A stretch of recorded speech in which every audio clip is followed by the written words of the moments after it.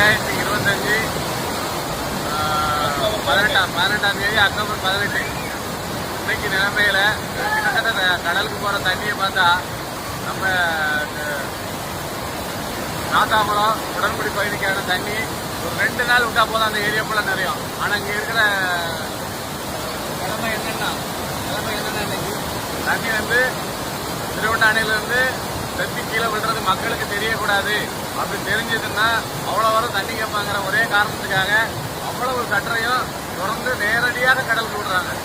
இது மக்களை வந்து இன்னும் எப்படி, அதாவது ஒரு வகையில் புதையை போட்டு முட்டாளாக்குறாங்க, இன்னொரு வகையில் மனுஷனை அதாவது இப்படிலாம் பொண்ணுங்க படித்தவன் கூட ஒழுங்கான ஒரு லெவலில் இருக்கக்கூடாதுங்கிற எண்ணத்தில் இந்த அதிகாரிகளும் சரி அரசும் சரி ஒரு நிலையான இது கிடையாது.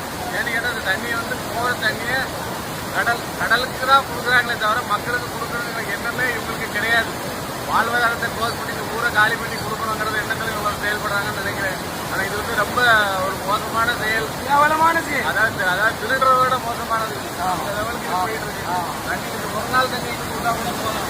இதையே சேமித்து வைக்க தெரியாது அரசு.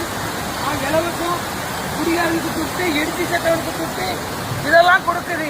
ஆனா எங்களுடைய வாழ்வாதாரம் வீணா கடலுக்கு போது எங்க கண்ணு முன்னாடி பாருங்க எவ்வளவு தண்ணி. இன்னைக்கு 3 நாள் விட்டா போதும்.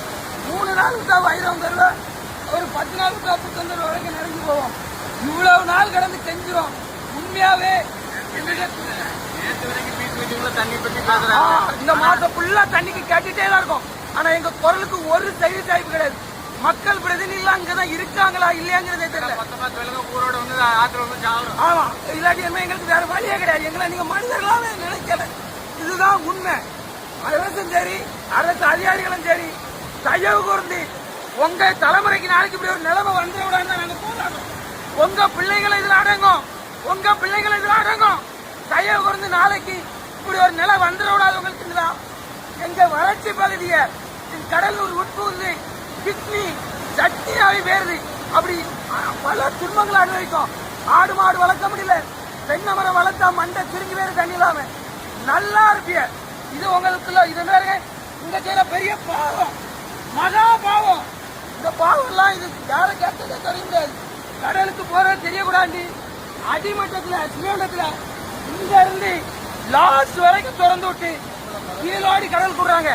மேலோடி போனா நாங்க உயிரை விட்டுருவோண்டு கீழோண்டி விடுறாங்க. நாங்க முட்டாள்கள், நாங்க அடி முட்டாள்கள்.